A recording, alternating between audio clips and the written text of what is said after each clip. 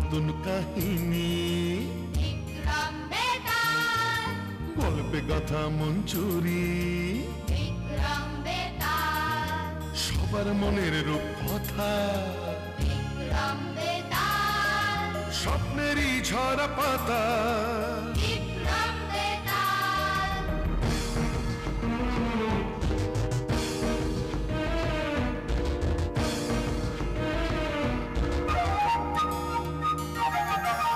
জীবনের মোড়কে গল্প হাজার, নীল লাল সাদা কালো রঙের বাহার, কল্পনায় রূপকথায় মিলে একাকার, তাই নিয়ে আসছে পর্দায় এবার বিক্রম বেতাল, বিক্রম বেতাল, বিক্রম বেতাল, বিক্রম বেতাল, বিক্রম বেতাল।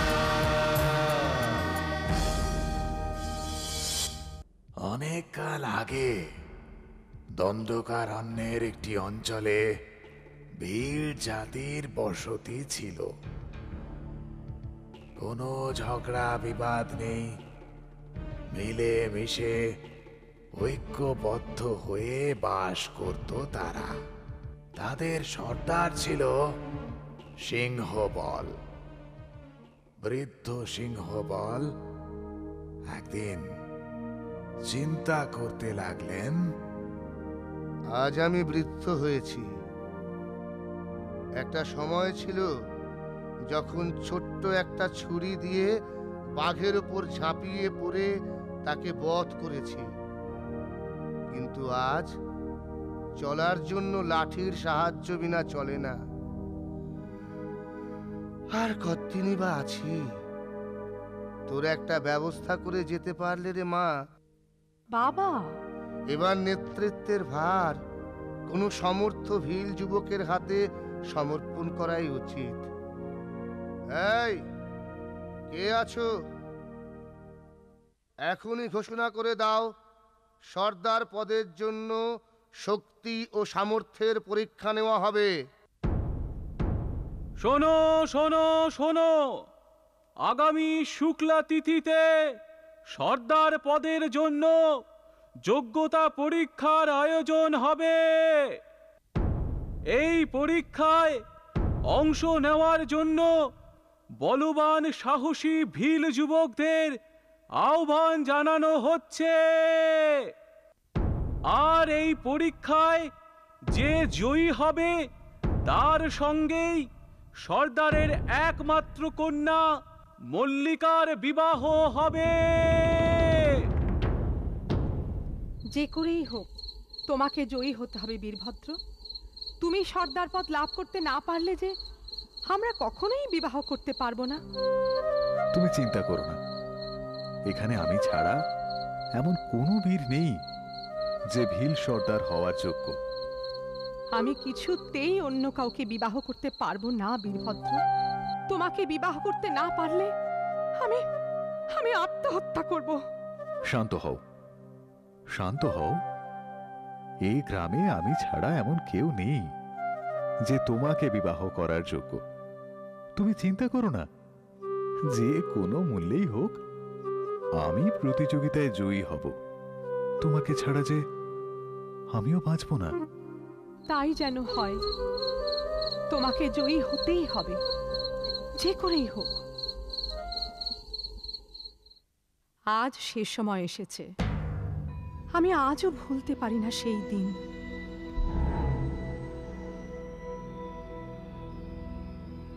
সিংহবল, আমি জানি আমার স্বামীর এই রহস্যজনক মৃত্যুর পেছনে তুমিই দায়ী। তুমি হত্যা করেছো আমার স্বামীকে। কি বলছো তুমি? তুমি জানতে আমার স্বামী ভদ্রবল সাহসী ও বলবান। সে নেতৃত্ব দেওয়ার যোগ্য। সে পাঞ্জা লড়তে পারবে তোমার সঙ্গে।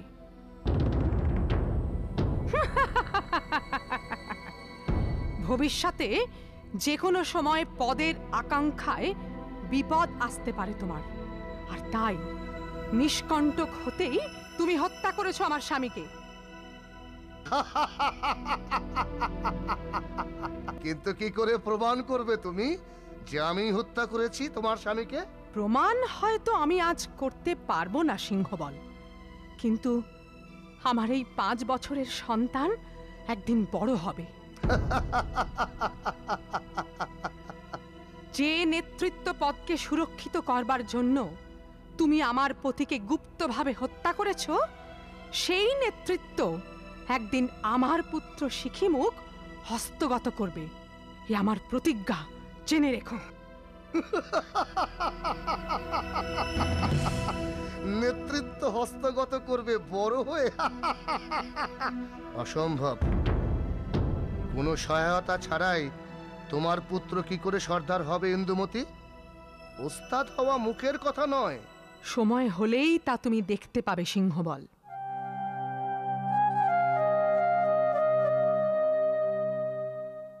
আর সে সময় আসবেও না ইন্দুমতি। এই, কে আছো?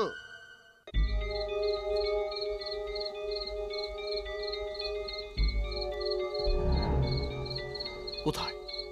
খোঁজ, যেভাবেই হোক খুঁজে বের কর। ছেড়ে দিলে তো চলবে না।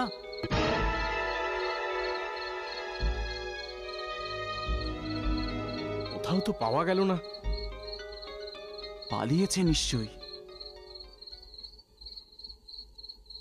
ধীরে ধীরে সিংহবল ভুলে যায় ইন্দুমতির কথা, কিন্তু ইন্দুমতি ভুলতে পারেনি সিংহবলের হাতে তার স্বামীর মৃত্যুর কথা। শিখিমুখকে ভীল সর্দার করার জন্যে পরিশ্রম করে চলে। তরবারি চালনায়, লাঠি চালনায়, ধনুর্বিদ্যায় সুদক্ষ হয়ে ওঠে শিখিমুখ।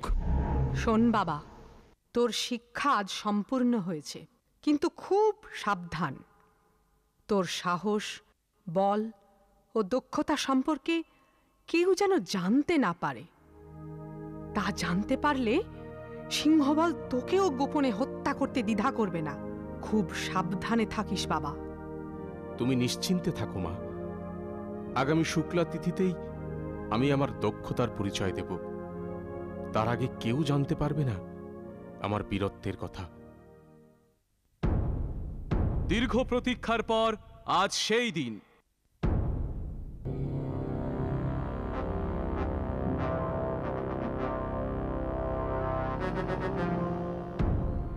যোগ্যতার পরীক্ষা নেওয়া হবে 3 প্রকারে।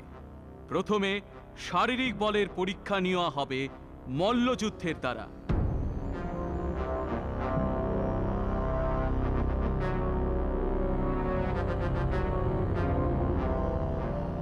দ্বিতীয় পরীক্ষা নেওয়া হবে সাহসিকতার, ছোট্ট ছুরি দিয়ে বাঘের সাথে লড়াই।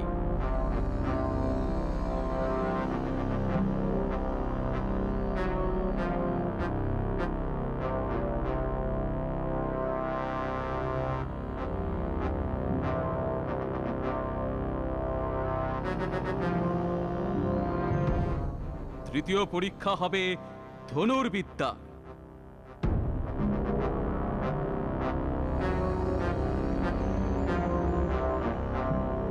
সর্দারের অনুমতি নিয়ে এবার প্রতিযোগিতা শুরু করা যাক।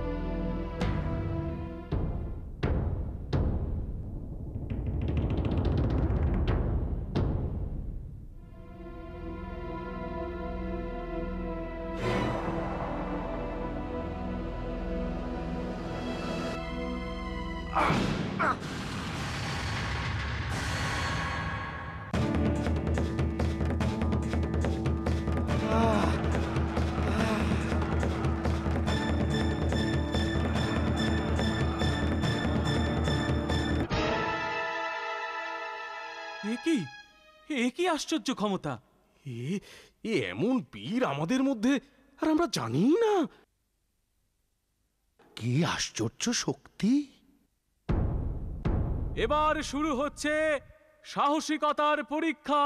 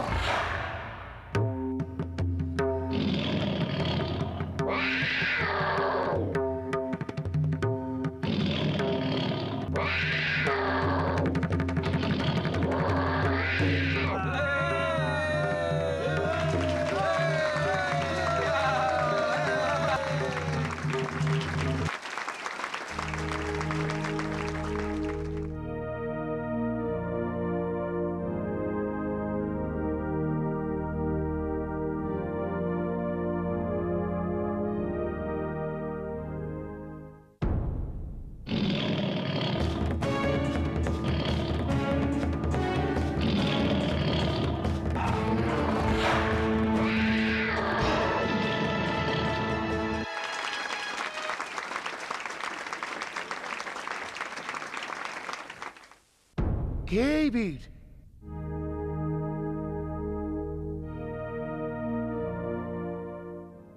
সর্দার, এই বীর ইন্দুমতির পুত্র সিকিমুখ। ইন্দুমতির পুত্র? যে নেতৃত্ব পদকে সুরক্ষিত করবার জন্য তুমি আমার পতিকে গুপ্তভাবে হত্যা করেছ, সেই নেতৃত্ব একদিন আমার পুত্র সিকিমুখ হস্তগত করবে।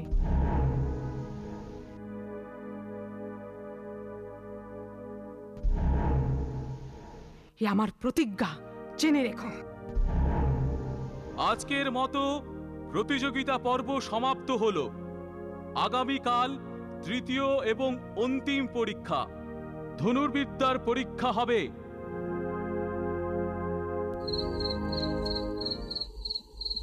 তীরধনুকে আমার দক্ষতা বেশি নয়, ধনুর্বিদ্যায় সিকিমুখ অনেক বেশি দক্ষ আমার চেয়ে, তাই আমার পরাজিত হওয়ার সম্ভাবনাই বেশি। সিকিমুখেরই সর্দার পদ লাভ করার সম্ভাবনা রয়েছে, উপরন্তু সে তোমাকেও লাভ করবে।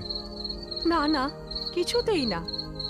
এর চেয়ে আমার মৃত্যুবরণ করা অনেক বেশি শ্রেয়। আমি কিছুতেই সিকিমুখকে বিবাহ করতে পারবো না। এর একটা ব্যবস্থা করো তুমি, যে করেই হোক এর একটা ব্যবস্থা করো। এখন এর একটাই পদ আছে। হ্যাঁ হ্যাঁ, বলো কি উপায়? চলো আমরা দুজনে মিলে সিকিমুখের সঙ্গে দেখা করে ওকে সব বলি, ও নিশ্চয়ই বুঝবে। হ্যাঁ হ্যাঁ, চলো, তাই চলো। সিকিমুখ, সিকিমুখ। মল্লিকা, আরে তোমরা এত রাতে, কি হয়েছে?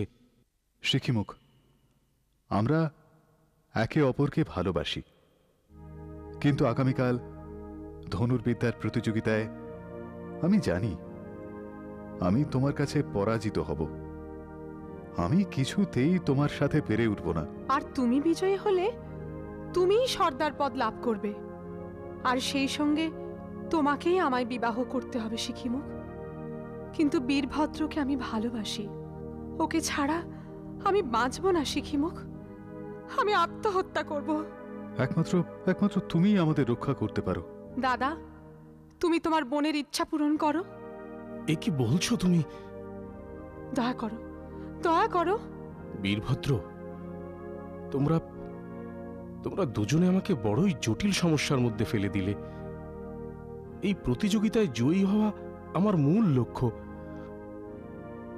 আমার মায়ের শপথ, আমাকে এতে জয়ী হতে হবে। ঠিক আছে, আমার একটা প্রশ্নের তোমরা সঠিক উত্তর দাও। বলো বন্ধু। তুমি ভীল সর্দার হতে চাও নাকি মল্লিকাকে চাও? ভীল সর্দার হয়ে নেতৃত্ব দিতে না পারলেও আমি জাতির সেবা করতে পারবো বন্ধু। তৃতীয় এবং অন্তিম পরীক্ষা ধনুর্বিদ্যার। তীর নিক্ষেপ করে ওই সিঁদুর ও চন্দন দেবী মূর্তিতে ছড়িয়ে দিতে হবে, অথচ তীর কোনো অবস্থাতেই থালাকে বা দেবী মূর্তিকে স্পর্শ করবে না। এবার প্রতিযোগিতা শুরু হোক।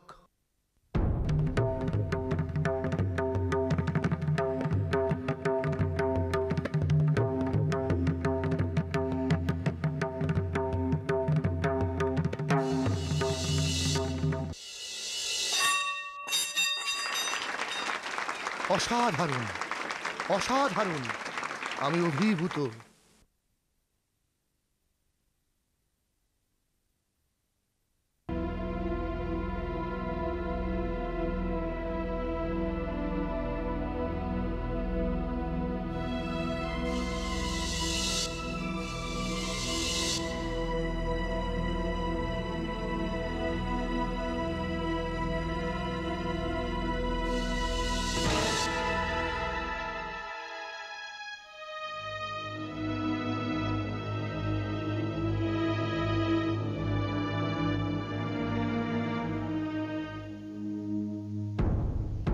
প্রতিযোগিতায় বিজয়ী সাহসী বীর ধনুর্বিদ বীরভদ্র।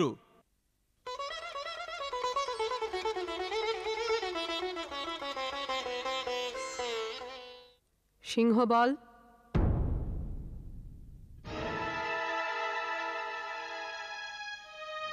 এসো, এসো ইন্দুমতি। কি মনে পড়ে তোমার প্রতিজ্ঞার কথা? এখন কি হলো? তোমার ছেলেও সর্দার হলো না, আর তোমার শপথও রক্ষা হলো না। আমার প্রতিজ্ঞা পূর্ণ হয়েছে। একটা সময় তুমি ছিলে নররূপী রাক্ষস, এখন তুমি অন্ধ। তোমার দেখবার ক্ষমতাও নেই যে তোমার চোখের সামনে কি ঘটে গেল। হ্যাঁ, হ্যাঁ বাবা, শিখিমুখী প্রকৃত বীর, দক্ষ ধনুর্বিদ, শুধু আমাদের অনুরোধে ও আজ পরাজয় স্বীকার করেছে।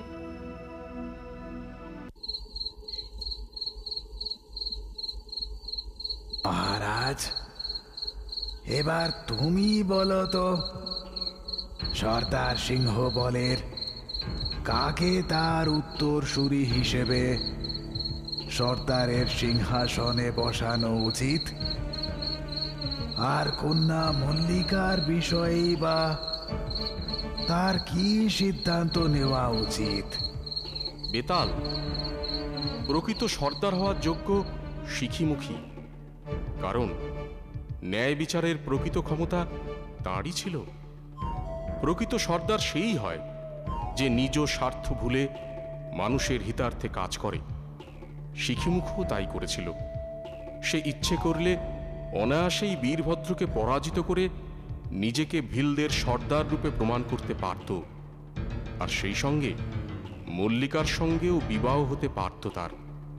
কিন্তু সে তা করেনি, কারণ সে জানত মল্লিকা বীরভদ্রকে ভালোবাসে। বীরত্বের পরিচয় দিয়ে দলনেতার আসনে বসা যায়, কিন্তু প্রকৃত নেতা হওয়া যায় না। নেতার আসনে বসেও মনের দিক থেকে সকলের সমর্থন সে পেত না, আর এই দূরদর্শিতা থাকাই তো প্রকৃত নেতার বা সর্দারের ধর্ম। মহারাজ, এবারেও তুমি তোমার চতুর বুদ্ধি দিয়ে আমাকে হারিয়ে দিলে, কিন্তু মহারাজ, তুমি তোমার কথা রাখোনি। তুমি আবার কথা বলে ফেললে, আর শর্ত অনুযায়ী তুমি কথা বলে ফেললে আমি তো কিছুতেই তোমার সঙ্গে যাব না মহারাজ। তাই আমি চললাম মহারাজ, আমি চললাম, আমি চললাম।